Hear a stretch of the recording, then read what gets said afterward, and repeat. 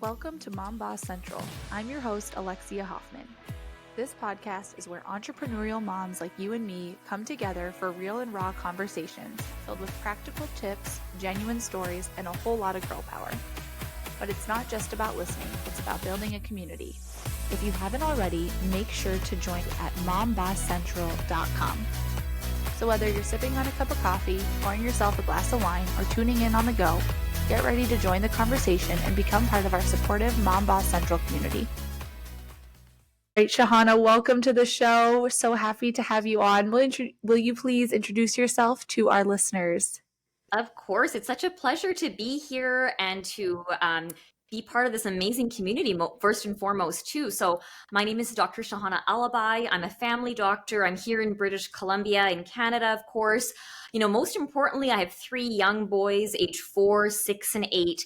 And my work focuses a lot on adolescents between the ages of 12 and 24.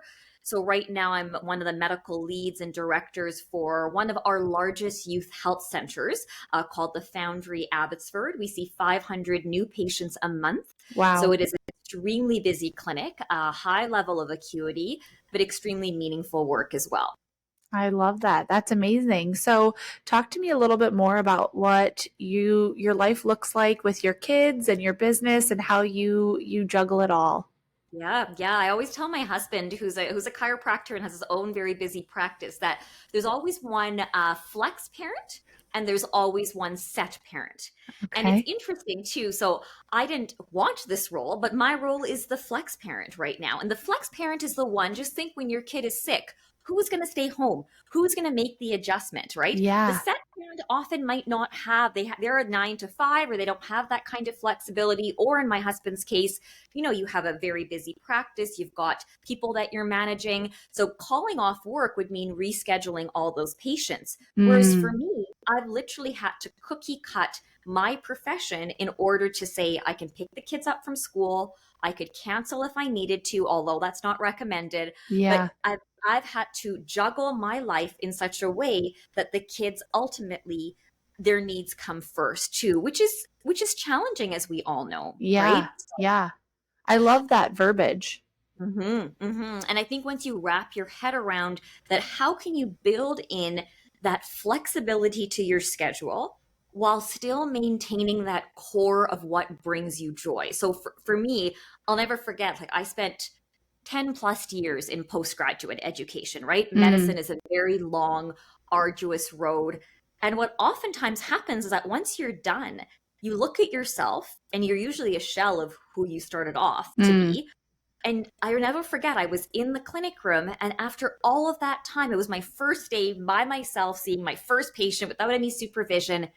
I said, is this it? Is this the cookie at the end? It seemed a little bit lackluster. And it was only until I got on the stage when I gave my TEDx talk in 2019 that being on that stage, crafting a message creatively, using people's stories, sharing my own story, was where I felt thrill. I just didn't know how to do it again. Yeah. I knew I wanted to, I just didn't know how. Yeah. So I think having room in your career and profession to color outside the lines if possible. And I get it. We all have to make a certain income. We all have to feed our families. All of that is important. But even if you can dream of that, of what brings you the most joy, and perhaps when your kids are at a certain age, hold on to that, because at some point in time, that will circle back to you.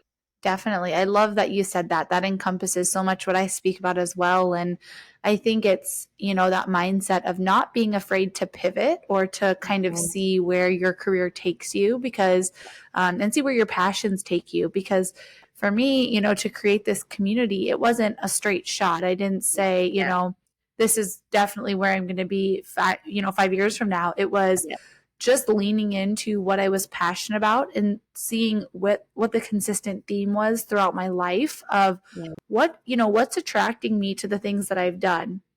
And I can look back and clearly see ties to community. I can see ties to leadership and camaraderie and supporting other women and supporting business owners. And it just felt natural and it made sense once I arrived at, creating the Mom Boss Central community. But for so Yes. long, it was like you said, like, is this it? Is this really Mhm. it? So, what advice do you have for someone who is in that season of feeling like I've done all the hard work, I've spent the money, I've spent the hours, and I'm Yeah. here and I'm not feeling fulfilled? Yeah, yeah. I think what you said hit the nail on the head in the sense of we need to start retrospectively. You need to Mm, start looking back and acknowledging, first of all, how far you've come. Because let's be honest, as a mom, especially, suddenly you see those two lines or the cross on the stick and you think, okay, my dream is fulfilled. For the most part, that might be a common feeling. And mhm. then you realize that pregnancy might not be all what it's chalked up to be, right? The glow doesn't really ever happen. You're Yeah. spending most of the times feeling very nauseous.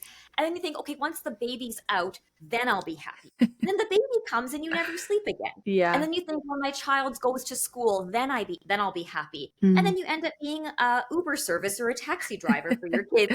So it's this like constant mark of we keep pushing our level of when am I going to be? And I think what you said was so important is that if you look back on all of the occupations or even your interests and hobbies, what is a common theme? You said Yeah. community, right? Yeah. For you, it was community. For me, it was communication. Mm. I felt so strongly that I could use my words to help someone, to heal someone, to listen to someone. Yeah. That's very cognizantly why I never became a surgeon, not only because my hands are horrible and I would never want to operate on somebody, um, but the fact that I would much rather have that conversation with somebody, Yeah. right? So you need to find it's not so much what you do, it's why you're doing it, Yeah. right? So, um, speaking for me, scratch that itch of wanting to communicate with the hint or the spice of creativity, Yeah. right? That's what I like.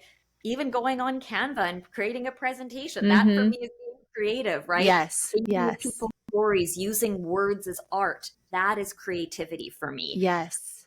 And sometimes you do some things to pay the bills, and that is okay. Your job doesn't necessarily need to be the manifestation of your passion because that's just one extra thing we as women now put on of us that Mm. okay, now you must be passionate about your job 24/7. Sometimes it doesn't work that way, Yeah. but allow yourself to think about what is your common thread that brings you joy. Yeah, I love that you said that. And I relate so much to what you just said, too, Yeah. about finding a lot of passion and energy from speaking and creating in the terms of Canva. Because for so long, I told myself the lie I'm not creative, I'm not artistic, because I can't draw a stick figure to save my life. However, I can create a badass Canva presentation, a graphic for social media. Like, I love that. And so I think once I changed my mindset and kind of fought back on that lie of, oh, I'm not artistic, I'm not creative, and gave myself freedom to really explore that passion, I found so much joy in creating content. And it started in Canva, it's, funny Instagram reels, whatever it may be. It doesn't have to always look the same, but to give myself permission of, I find joy in this. How can I live that out? And it doesn't have to be Yeah, monetary, like you said, but for, exactly. yeah, yeah, go And ahead. sometimes that will come and that will come. And somewhere along the way, you will find yourself for so long. I kept saying, I want to speak. I want to Mm-hmm. speak. I want Yeah. to be a speaker. Yeah. And then I don't know when it happened, but I said, I am a speaker. Yes. Somewhere along the journey, you take out the want, but my only encouragement, take out the want earlier. Like even Yes. if you are whatever the case might be, right? You Yes. have this community and that the rest will start to follow. Realize as well that there's so many entrepreneurs out there, people who are spreading incredible messages. It's really easy to feel, well, someone else is already doing that idea. Mm. What's the point for me to do it? Because look, X, Y, and Z person are already doing it. And I'll Yeah. never forget the advice someone once told me when I was speaking about mental health. Let's be honest, there's a lot of speakers who speak on mental and emotional health. There's nothing unique about what I am necessarily preaching or saying. But one of my mentors once told me is that just like a radio station, you might have heard the same song 50 times, but that particular time, you're going to listen more closely, more intensely, because that message is coming from someone else. Mm. So Yeah. remember that your whole tribe of people are out there waiting to hear the message from you, Yes. I from love your that. needs, right? That So is don't let so them hold you back. impactful. Yeah, I love that. I think that is something that, as entrepreneurs and as women, we just run into is like the why me, the imposter syndrome. And I think that you said that so beautifully of, that's why you, because somebody is going to need to hear your voice for it to hit home in the way that your experiences shape your perspective. I use the analogy of we can all have the same resume or the same job title, but how we act that out is so different. And so, Completely. similar to the radio show, it's the same. I love that you said that. So, going back to you taking the leap from you wanting to be a speaker to becoming a Mhm. speaker, tell me a little bit more about how you gained the confidence and how you found time in your lifestyle to pursue that passion outside of your career that provided financially. No, completely. And I think the best lesson I can give somebody is that hone in on what is already working. So Mm. when I gave my TEDx talk, there was a real estate broker in the audience, and he came up to me and said, "Can you keynote my annual general meeting?" I said, "Sure, but what's a keynote?" Like I literally had no idea what he wanted me to do. So, Yeah. and he said, "Well, you can kind of present the same kind of material." I said, "All right." I had zero idea of what I was doing. Yeah. And I made stuff up. I Yeah. just made it up. I made it look good and sound good. I loved presenting. I came up with a little quiz, had them do the quiz, presented the data, and it was fun. But I think the idea is it's almost kind of saying, yes, I'll do it, and then figuring it out. It doesn't have to be perfect. I had Yeah. someone come up to me, they said, "Oh, how long have you been speaking?" I was like, "This is my first presentation I've ever given." So Wow. it's that acting with confidence and allowing the rest to follow. For me, social media and all of that is still such a black box for me. Mm. And to be honest, it's very intimidating. That's when first of I approach that, I feel like, nope, just kind of what you felt about creativity, that's not for me. I'm outside that scope. Mm.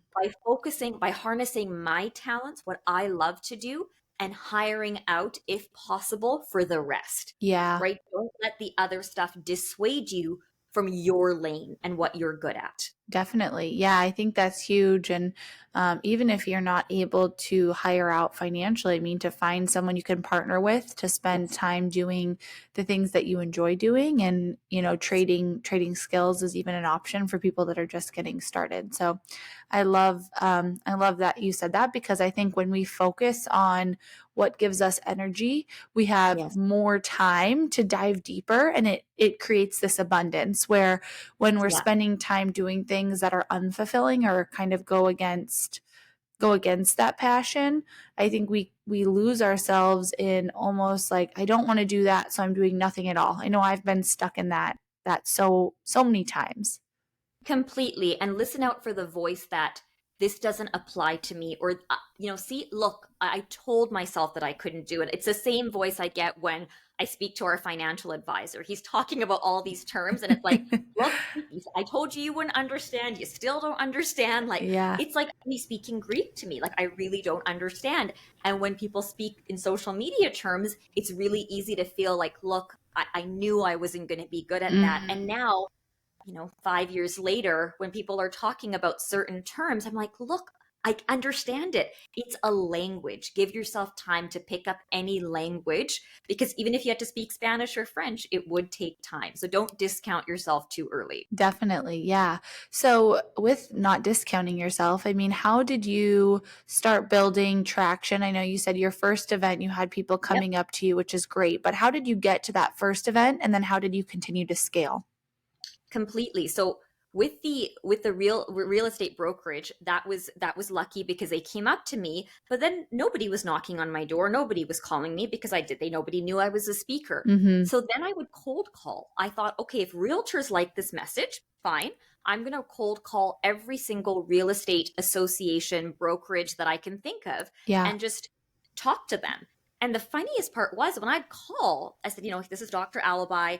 So they think that I'm a doctor, but why are you calling me about speaking? It was just this very ironic thing. So it took me Yeah. a long time to get comfortable picking up the phone and within 10 seconds telling them who I was, what I could offer. And most of the times it was for free. Mm. right? And that was where the experience happened. That was where all the technical difficulties happened. Showing Yeah. up at presentations and your, PowerPoint doesn't work and speaking off the cuff, or showing up and this doesn't work and that doesn't work, and just getting really familiar with being in front of people. Yeah. And at the same time, then being able to leverage community support. Mm. That's one of the plus sizes of social media, is that you can right now type, women speakers, and a whole group comes up of people, hopefully, who are wanting to support you and cheer you on, where you can ask questions and not do the typical woman thing, which is, I don't want to feel stupid, but Mm. no, don't say that. Just ask the question, because you're Yeah. not stupid. Yes. I say that because I do that all Yeah, the time. definitely. So allowing yourself to ask any question, because guaranteed someone else has the question. For the longest time, I kept shooting Instagram videos that were angled way too low, if you know what I mean. I didn't mean to do that, but that would happen. So you have to also allow yourself the capacity that you're going to make mistakes, Yeah. right? But if you can either never try and never make a mistake, or you Mm. can try and make tons of mistakes. Definitely. I love that. Yeah, the best place to start is now and to fail forward Yep. because talking about it, I think 9 out of 10 times talking about it is just an excuse. It's like you're really not going to ever have something perfected, so you might as well get started and work through the kinks and work through the bugs. And I'm It, not saying, to just do something in a rushed yes, haphazard yes, way, but yes, to if yes. if you're intentional, at some point you have to pull the trigger and move forward instead of just talking about it, dreaming about it, saying, oh, I'm going to do it when. It's like at some point you have to put a deadline on it and you have to move forward. So Exactly. And if you just think of the people or the one person you want to serve, I'll never forget, after a presentation, this woman came up to me and said, this is what I needed to hear right now. mm, Right. So now for me, speaking is the cherry on top. yeah. Everything else is actually a bit of a grind. Like, Mm-hmm. all of the stuff that goes just to land that speaking engagement Yes. is the 99%. But you Yes. need to find some sort of joy or happiness or even contentment in the 99%, and Yeah. then keep that 1% on. That's where I love and I shine and I enjoy it. But Yeah. now I'm starting to go, okay, can I write those social media posts? Can I make those cold calls? Can I get that stuff done with earlier on, so I can focus on what I want to focus on, Yeah. So yeah. I love that you said that because I think that is so huge in the entrepreneurial space. There's Uh-huh. so much of what we have to do that isn't fulfilling. Yep. However, I think, like you said, knowing that you have that 1% and that's Mhm. all worth it for you, it makes Yep. sense. However, Exactly. for some people that are struggling to decipher, is the 99% worth it, the Uh-huh. 1%? What Uh-huh. advice do you have for how you kind of balance that or navigate that and how you stay fulfilled or, energized while you're going through the 99% of the work? Completely. You will know in your heart, in your mind, in your soul what that 1%, if you, and I use 1%, it probably is a much bigger fraction than Mhm. that too. The rest of the grind that we kind of, so to speak, there's going to be moments in there of the things that you are naturally have an aptitude for, the stuff that you're better at, and then there's the stuff that, yeah, you just have to grind and suffer through it. Yeah. But realizing if you can do that with an adjunct of a community, of Mm. somebody to you accountable. This doesn't have to be we're not talking about a coach, no cost here. But if Yeah. you can find a community to help keep you accountable, where you can just voice, like, this really sucks today because I'm having trouble with X, Y, or Z. Yeah. Half the battle is being able to take it off your chest and share it. And then the other person saying, me too, I get it. Like, I hear you, right? Yeah. So I think that would be the advice that I could give, realizing that what are those ebbs and flows? Focus on what you're really, really good at. And like we said, maybe for the other stuff with time, you could hire out for it. But for now, support from a community. Yeah, I love that you said that. And as you know, in the Mom Boss Central community online, there is Yes. a section for accountability partners. So if you're someone Oh, listening that needs one and you don't know where to start, go in there, post either what the goal is, post what you're looking for in an accountability partner. That's what yes. it's there for, to create that space for women who, maybe can't afford a coach or looking for that support outside of a coach, to just to make those connections, because a lot of us are in the same boat and we're looking for support of somebody who understands what we're going through with the unique challenges of running a business and being a mom. So I love that you said that without even realizing. So that was Oh, great. there we That was go. There we go. That perfect. wasn't planned at all. Yes. Self-compassion, right? Like Mm. it sounds like woohoo and okay, tap yourself on the back or give yourself a hug. It's nothing like that. Studies have shown that actually learning to articulate and be self-compassionate towards each other, just like you would speak to your child, just like you would speak to maybe not your spouse, but maybe a friend, that idea of, how could I actually go, today's been a really difficult day. What's one thing, one small thing I could do to move the needle forward? It's the same thing about exercise. I think as moms, we're expected to go back to our pre-pregnancy weight. Like Mm. that stuff doesn't happen. But if you Yeah. thought of exercise like a menu, right? Yeah. I think when you go out to a restaurant, it's not one dish, hopefully on the menu. Mm-hmm. There's like different dishes. Yeah. If you thought of exercise in that way, that today I'm going to pick, a 10-minute yoga video. Tomorrow I can do 20 minutes. The Yeah. next day is just a 5-minute walk. What if we started thinking of exercise like a menu of options versus one thing of gigantic movement? Go to the gym for 60 minutes. That doesn't happen if you have young kids, especially. Yes. Yeah. Think of your entrepreneurial journey like a menu as well. Some days Mm. you'll want the steak, you'll have a 60-minute session of work. Other days it might just be an appetizer, and that's okay. Yeah, I love that you said that, both in relation to exercise and being an Yes. entrepreneur, because in the season that I'm in, it's so, so applicable, because there's some days I come to the office and, whether it's podcasts, whether it's stuff for my husband and my business together, maybe it's for real estate, whatever it may be, there's some days I come in and I don't know where my day went. And Yeah. I've, beaten myself up about it. Like, gosh, how was I, so distracted or so Mhm. unintentional with my time, when the reality of it is some days that's how it goes. Things come Yeah. up and it's so easy to say, oh, I'm not going to let those things take me away. But the truth is, I only have a nanny to watch my kids until a certain time. So it That's is right. a hard That's it. cutoff. And that means Exactly. some days I don't get as much done as I'd hoped, Yes. and that's all right. Yes. But like you said, there's other days where I get way more done because I was really intentional. So to give myself grace Absolutely. on those Yes. days and to acknowledge, you know what, there's going to be more time. It's okay. And it Yes. helps me prioritize for the next day that I come in. Same with exercise. My time is limited, and I felt like coming back, even between pregnancies, my body has Yes. been so different. Yeah. Yeah. Having my Yeah. twins first, I kind of assumed that having, recovering from the twins would be harder, and that hasn't been the case, especially with the Mm. weight and how my body looks. It's, Mhm. gone Mhm. through having two pregnancies and three babies Yeah. in 18 Yeah. months. It's like there's a lot going on in there. A lot. Yes. And Yes. so giving myself grace with what exercise looks like. I told my Yeah. husband this morning, even, I said, he said, how can I support you? Because I said, I'm struggling with my weight and where I'm at. And I understand it's not a quick bounce back and I don't Yeah. expect that, but I just don't feel good. Like I don't Mm. feel like the energy I want to have. So he said, how can I support you? I said, I love when we do dances as a family, like whether it's just with the music on or turning on the TV and doing a dance workout. Like, yes, I love to get on my bike and do a spin class when I have that time for myself, but a lot of times I don't have that time for myself.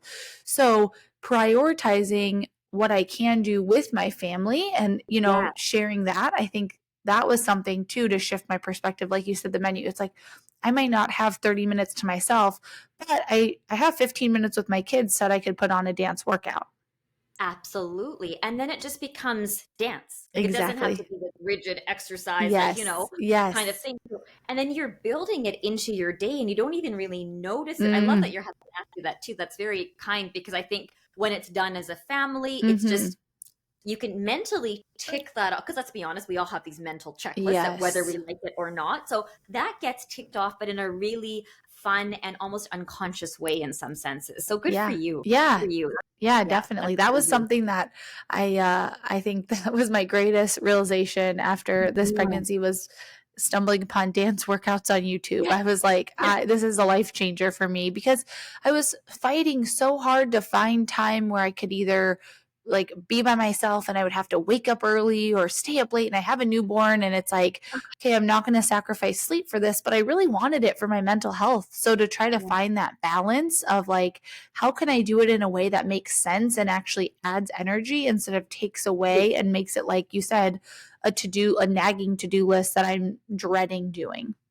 Completely. And I think if we looked at mums, like all of us are carrying around this invisible backpack with rocks of should. I Mm-hmm. should be doing this. I Mm. shouldn't be doing this. I should. And like, I think just society has made those boulders just go bigger and bigger and bigger because let's Yeah. be honest, one of the other things that goes against self compassion is comparison. Like, Mm. it doesn't take much to look and see, I don't know, like a mom who's got kids strapped to her back and Pelotoning, like whatever the Yes. case may be. Yes. Like, I have seen those videos right. actually. Let me tell you, I have seen a video of a woman on a Peloton with a baby.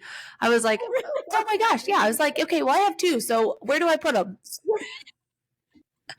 You've got the Uh, like, and I think that the word that we need to shift from is comparison to connection.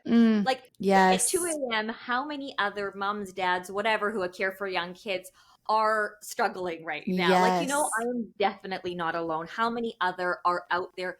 I always do this at around 5 o'clock. Those of us who have, younger kids will know it's bewitching hour and everything Mm-hmm. just falls apart at that time. Yep. I think about all the other parents who are trying to feed their kids dinner and trying to put their underwear on, even though, like, why must it come off at dinner time? I don't understand. That's So so funny.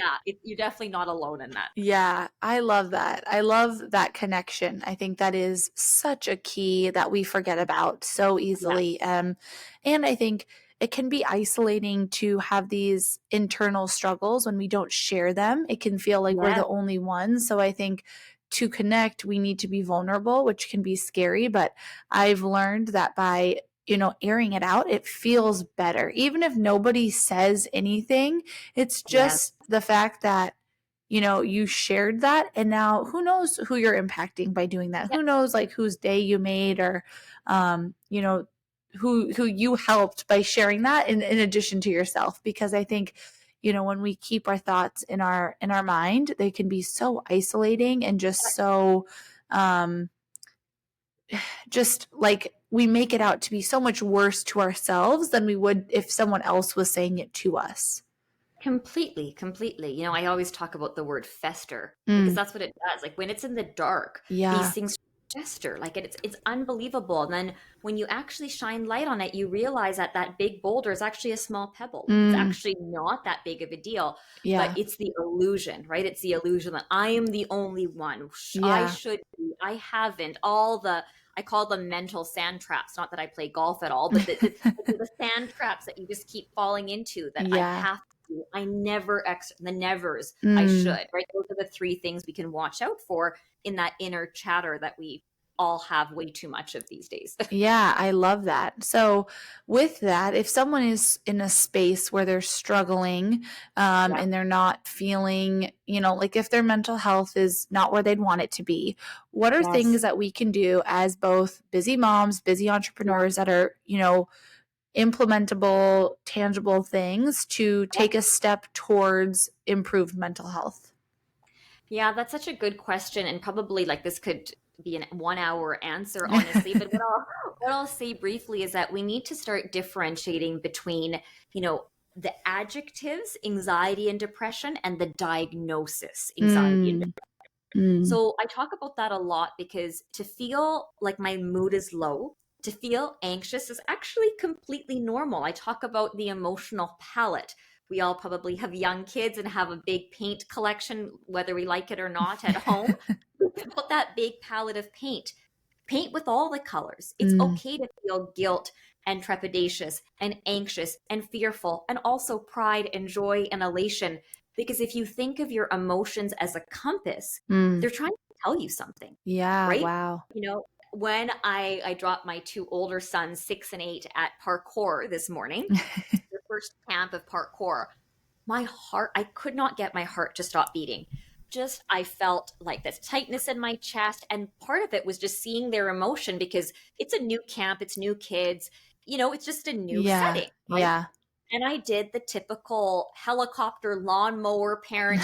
Call me if you need me. I'm right here. I'll be right there. Like just like bubble wrap insulation. And I walked and I'm hovering. I'm thinking, what am I doing? I'm Yeah. not, this is a certified kids camp. It's going to be okay. But the thought I had was that they're going to fall from something. They're going to break something. They're going to, like, it's amazing how your inner dialogue is just this runaway train a lot of the time. So Yeah. the anxiety was trying to point me to that. I'm worried about their safety. Mm. And once I acknowledged that, all of this and this and this started to get better. Yeah. So it's jumping from the emotion being a clue to what are you trying to tell me right now? Yeah. You're safe. And even if something happens, there's instructors there. Yes. And I have my phone and they could call me. Yes. Okay. Yeah. Instead of just doing what we all do, which is grab some coffee, which will make my heart rate race even more, or, ignore it, put on social media. The three cardinal things that we do with our emotions is we suppress them, we push them way down, we deny that they're even there, or best of all, we blame someone else. It's your fault. Wow. You're right? That's what we do. So if I'm driving and someone cuts me off in traffic, see, you're the jerk. Yeah. But if I cut them off, I have a reason. I'm never the jerk, right? So we always give ourselves the benefit of the doubt. Yeah. But going back to that idea of an adjective versus a diagnosis, that's where we get to paint with the emotions. That's where the emotional compass comes in. The diagnosis is what I see in my clinic and my patients. This is when it's interfering with your sleep, interfering with your job, interfering with your relationships. Yeah. You're not eating well. You're feeling this overwhelming sense of guilt. Yeah. People around you are taking notice. All of that is not the adjective. Definitely. That's when it's okay to go, okay, like I need to take a step back and I need to talk to a trained professional about this. Yeah. Just because you mention it doesn't mean it needs to be medicated. That is huge. Is the key part, right? We need to get off this reflexive, I feel anxious, here's some this. Yeah. No, if it's really, absolutely. If there's an impact there that's gone on for a couple of weeks, all of that, that's what they're trained to do and should be trained to do. Yeah. But if it's these blips and ebbs and flows, I think sometimes we fail to mention it because we feel like there's a pill for every ill. And that's usually not the right answer. Yeah. But talking is always the right answer. You can never go wrong if you just talk to somebody. Yeah. Wow. I love everything that you just shared. I think there's so many good things that we could all take away from that. And truly, I mean, you just talking about dropping off your kids and identifying that fear of their safety, I think that is so huge in so many, it translates to all of the different relationships in our life and the different situations. I know this weekend, my kids were climbing, they have these little chairs and they were climbing on the chairs. And there was our coffee table we had turned upside down next to them because they climb on everything, including coffee tables and countertops. And, I sat there and I get so worked up because they think it's a fun game of, oh, we're going to jump on the top of the chair and make mommy like say something. And, it's like a fun thing. And as soon as I literally, so the fact that you said that, it really resonated with me of why it worked was I was like, okay, I'm scared they're going to fall off. And in my mind, worst case scenarios, they're going to fall off. They're going to crack their head open on the side of the thing and they're going to have a brain bleed and die. Like that is truly what my brain does. But as soon as I said that, I was like, okay, that's probably not going to happen. I'm going to move the table. I'm going to let them climb on their chairs. And if they fall off, they're probably going to have a headache, maybe need some Tylenol. Like that's really what's most likely worst case scenario.